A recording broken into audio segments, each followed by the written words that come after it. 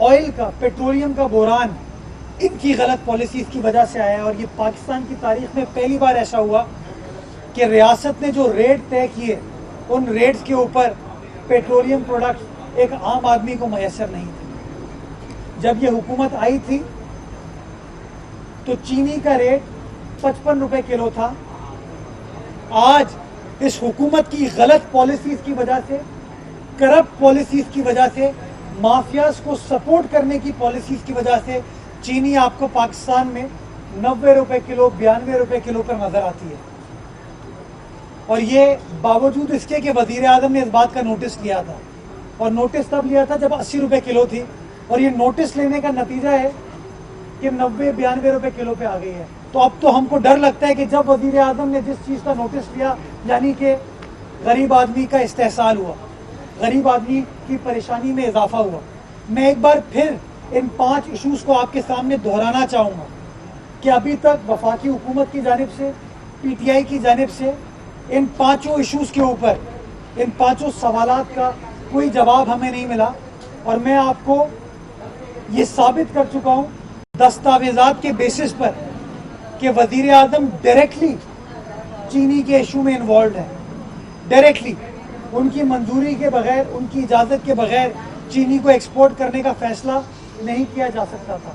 और अभी तक गंदम के अंदर भी जो रोल है वफाकी हुकूमत का, मुझे सिर्फ अफसोस होता है कि बातें बहुत करते हैं लेकिन काम इन्होंने कुछ नहीं किया। और एक और बहुत बड़ा, मैं समझता हूँ स्कैंडल, एक और बहुत बड़ा इशू पाकिस्तान की गरीब आवाम इनकी गलत पॉलिसी की वजह से फेस करने वाली है। ये जो फरिश्ते हैं, ये जो नेक लोग हैं जो कहते हैं कि हम बड़े काबिल हैं, हमारे पास पाकिस्तान के हर मसले का हल है, और माजी में ये दूसरों के ऊपर करप्शन का इल्ज़ाम लगाते थे, ऑडिटर जनरल की रिपोर्ट लाते थे। मैं सवाल ये रखना चाहूँगा कि अब इनके दौर, इनकी हुकूमत के बारे में रिपोर्ट आ चुकी है कि 270 अरब रुपए की इरेगुलरिटीज है। 270 अरब रुपए का बज़ाहिर गलत इस्तेमाल किया गया, और ये बात कोई ऑपोजिशन जमात नहीं कर रही है, ये ऑडिटर जनरल कर रहा है। अब मैं सवाल पूछना चाहूँगा खान साहब से, जो कि माजी में इन्हीं ऑडिटर जनरल की रिपोर्ट को उठाकर, यही मुराद सईद और इनके बहुत सारे वफाकी वज़रा ऑडिटर जनरल की रिपोर्ट उठाकर दूसरी हुकूमतों के ऊपर, दूसरी सियासी जमातों के ऊपर करप्शन का इल्ज़ाम लगाते थे। आज मैं ये सवाल पूछना चाहूँगा कि खान साहब, आप इस 270 अरब रुपए का कब जवाब देंगे?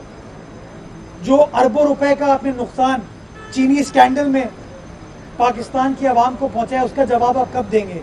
जो अरबों रुपए का नुकसान पेट्रोलियम स्कैंडल में आपने गरीब आवाम को पहुंचाया है, टीका लगाया है आपने, उसका जवाब आप लोग कब देंगे?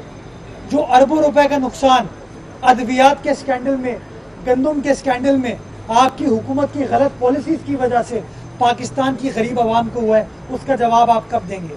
मैं समझता हूँ वक्त आ गया है कि आप हर चीज़ का इल्ज़ाम माजी की हुकूमतों के ऊपर नहीं लगा सकते। वक्त आ गया है कि आपको अपनी हुकूमत के, अपने 2 साल इक़्तिदार का जवाब पाकिस्तान की आवाम को देना होगा।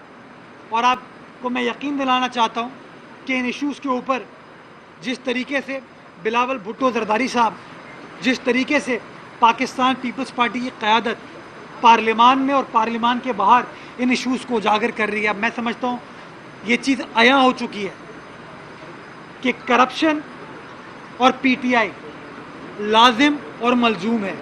PTI के बगैर करप्शन का लफ्ज़ आप लिख नहीं सकते हैं। करप्शन जो है PTI के बगैर हो नहीं सकती।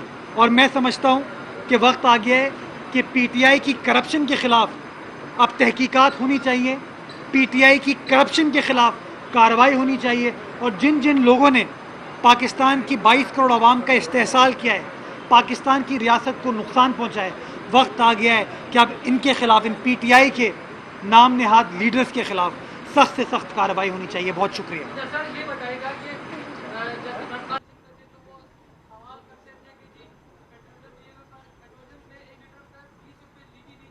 आज भी उनकी सियासी जमात जो बातें करती है, वो नहीं लगता कि इक़्तिदार में है। वो आज भी वो कहते हैं मैं नोटिस लूँगा, मैं देखूँगा, मैं ये करूँगा, मैं वो करूँगा। वो भाई, आप वज़ीर आज़म हो, आप इक़्तिदार में हो, वफाकी हुकूमत आपकी है, वफाकी काबीना के आप सरबराह हैं, आप नोटिस ना लें, आप कार्रवाई करें। आप मुझे बताइए, इन्होंने कहा था मैं शुगर माफिया के खिलाफ कार्रवाई करूंगा, क्या कार्रवाई हुई है अभी तक? इन्होंने कहा था मैं गंदम माफिया के खिलाफ कार्रवाई करूंगा, क्या कार्रवाई हुई है अभी तक? इन्होंने कहा था जिन लोगों ने अद्वियात की कीमतों में इजाफा किया है मैं उनके खिलाफ कार्रवाई करूंगा, क्या कार्रवाई की है? इनका हाल ये है कि इनका अपना वफाकी वजीर कहता है, इनका अपना वफाकी वजीर कहता है कि रावलपिंडी में अद्वियात अवेलेबल नहीं है, मुझे दवाई नहीं मिल पाई, क्या कार्रवाई की इन्होंने? तो मैं समझता हूँ कि पाकिस्तान की तारीख में आज तक ऐसा नहीं हुआ था कि जो रियासत ने पेट्रोलियम के रेट्स तय किए हैं वो ज़्यादा हो कम हो, आज तक ऐसा नहीं हुआ था कि उसकी शॉर्टेज हुई हो। इनकी गलत पॉलिसीज़ की वजह से ये पाकिस्तान की तारीख में पहली बार हुआ कि पेट्रोलियम की कीमतों में कमी तो आई लेकिन गरीब आदमी को उस कम रेट के ऊपर पेट्रोल नहीं मिला, मोटरसाइकिल चलाने वाले को उस कम रेट पर पेट्रोल नहीं मिला, बस चलाने वाले को कम रेट पर वो डीजल नहीं मिला। और जो लोग माफिया से लड़ने की बात करते थे उन लोगों ने एक बार फिर माफिया के सामने घुटने टेके। और नुकसान किसका हुआ? पाकिस्तान की आवाम का हुआ। फ़ायदा किसका हुआ? माफियाज का हुआ। तो मैं समझता हूँ अब बड़ा नज़र आ गया है कि माफिया को मैं समझता हूँ कौन चला रहा है। अब नज़र आ रहा है आपको कि माफिया जो हैं वो पीटीआई की वफाकी हुकूमत का एक अहम हिस्सा है और पीटीआई की हुकूमत बातें करती है लेकिन कार्रवाई उन माफियाज के खिलाफ नहीं कर पाती। अगर ये इनकी हुकूमत का हिस्सा नहीं होते तो आज शुगर के ये रेट नहीं होते, आटे के ये रेट नहीं होते, अद्वियात के पेट्रोल के ये रेट नहीं होते और माफिया के खिलाफ कार्रवाई होती। ये कर ये चलिए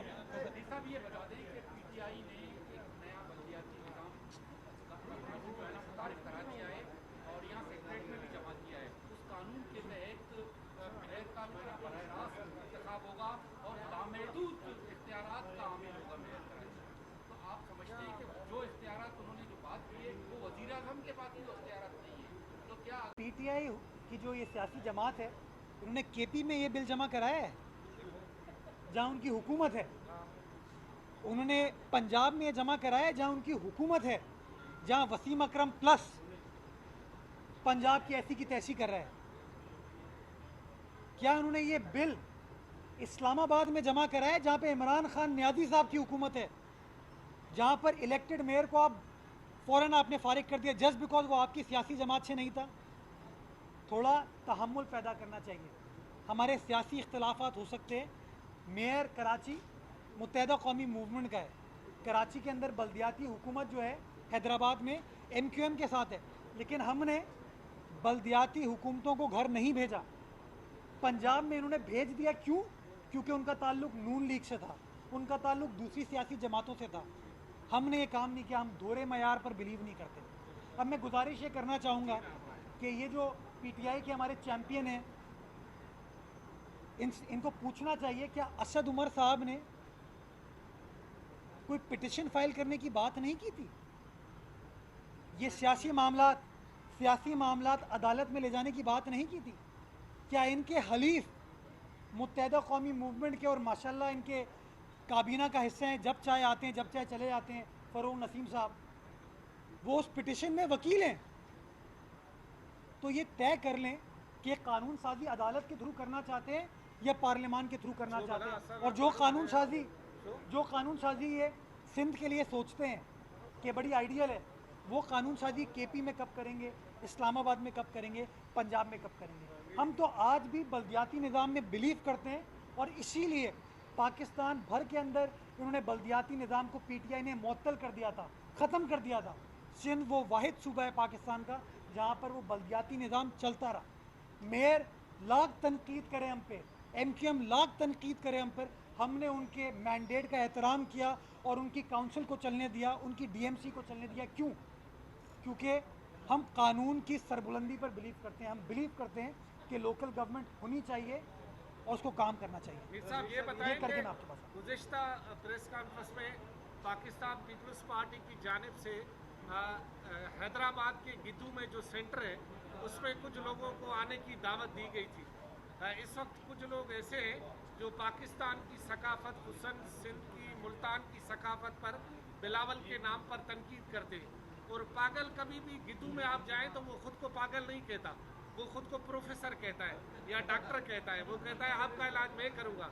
तो ये जो सियासतदान इस मर्ज में मुब्तला है, इसको किस तरह गिद्धू में ले आएंगे आप? अच्छा, मैं समझता हूँ ना पागल अपने आप को पागल मानता है और ना पीटीआई के बेईमान अपने आप को बेईमान मानते हैं।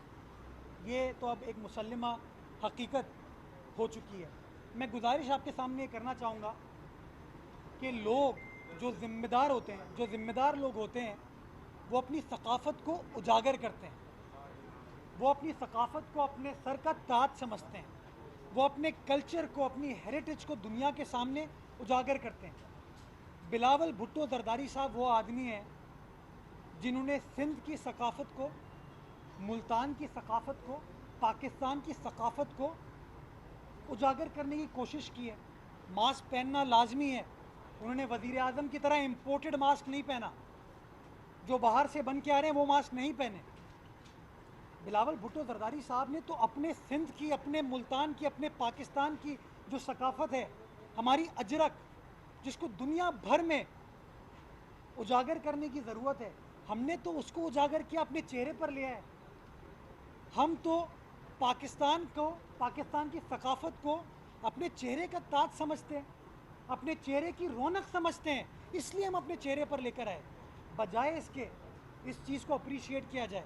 मैं तो समझता हूँ वज़ीर आज़म को भी वो मास्क पहनना चाहिए ताकि दुनिया भर में हम अजरक को उजागर करें और कल को हम अपनी अजरक को एक्सपोर्ट करें ताकि ज़र मुबादला कमा सकें।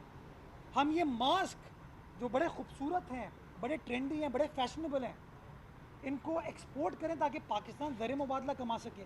लेकिन चूँकि इनको बुग़्ज़ बिलावल भुट्टो ज़रदारी है, उनको बुग़्ज़ पाकिस्तान पीपल्स पार्टी है, इसलिए ये मैं समझता हूँ गिरी हुई बातें करते हैं, गैर मुनासिब बातें करते हैं, ऐसी बातें करते हैं जो मैं समझता हूँ हमारी तहज़ीब, हमारा तमद्दुन इस बात की इजाज़त नहीं देते। साहब ये बताइएगा कि गवर्नर सिंध इमरान इस्माइल ने कहा था कि कराची की आवाम इमरान खान से मिलकर उन्होंने कहा था कि वज़ीर आज़म ने नोटिस लिया है कि इलेक्ट्रिक अब जो है कराची में गैर एलानिया लोड शेडिंग नहीं करेगी। और ये वज़ीर आज़म का नोटिस पहले के नोटिस की तरह नहीं होगा। क्या पहले नोटिस सारे गैर संजीदा थे? कराची के आवाम पर भी 10 घंटे की लोड शेडिंग हुई।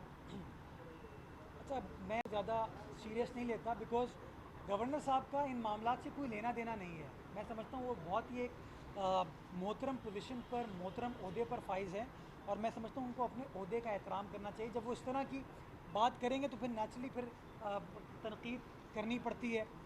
देखिए, पहली चीज़ तो ये कि एक लतीफ़ा चलता है बड़ा कि वज़ीर आज़म ने चीनी के बहरान का नोटिस ले लिया, चीनी की माफिया में खुशी की लहर दौड़ गई। राइट? तो जब जब वज़ीर आज़म ने जिस चीज़ का नोटिस लिया है लोग खुश हो जाते हैं, लेकिन आवाम खुश नहीं होती, आवाम का इस्तेहसाल होता है।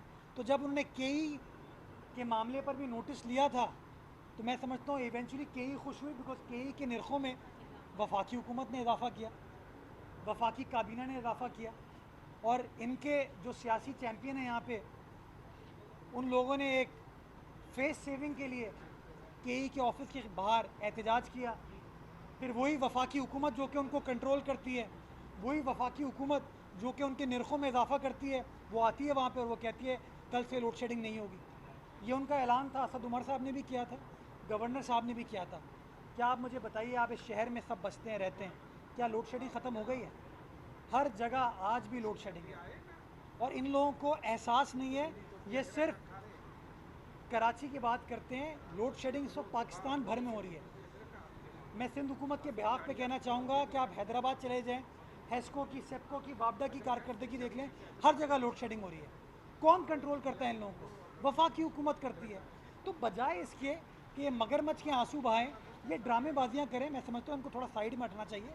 जो इनकी एक्चुअल जिम्मेदारी है, जो एक्चुअल काम है, वो काम करना चाहिए। गवर्नर साहब का ये काम नहीं है, बड़े एहतराम के साथ, और इसलिए मैं समझता हूँ कि केई की इंतज़ामिया ने शायद गवर्नर साहब को मामू बना लिया और गवर्नर साहब ने कराची की आवाम को मामू बना लिया।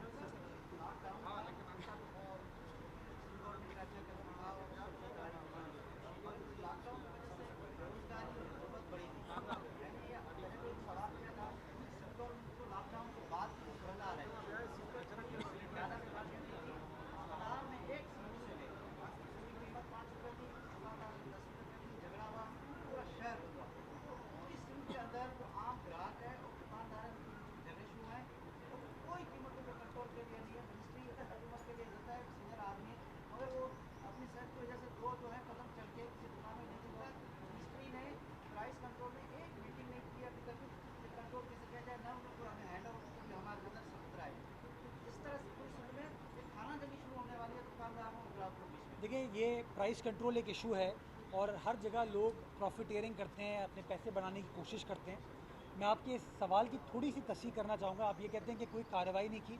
मैं समझता हूँ कमिश्नर कराची ने 12 कार्रवाई की है, उसके ऊपर मीटिंग्स भी हुई हैं, रेड्स भी तय हुए हैं, बट अनफॉर्चुनेटली उन चीज़ों को उस तरीके से इन्फोर्स नहीं किया जा सका।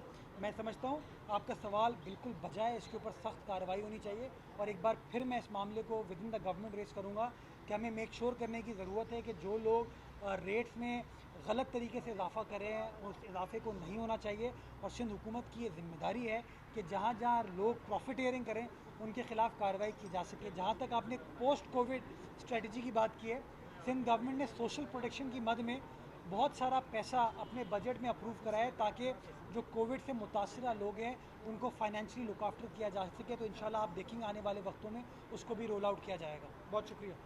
ये अजरक आपका कहाँ गया? आपसे शॉर्ट करना है अजरक पे।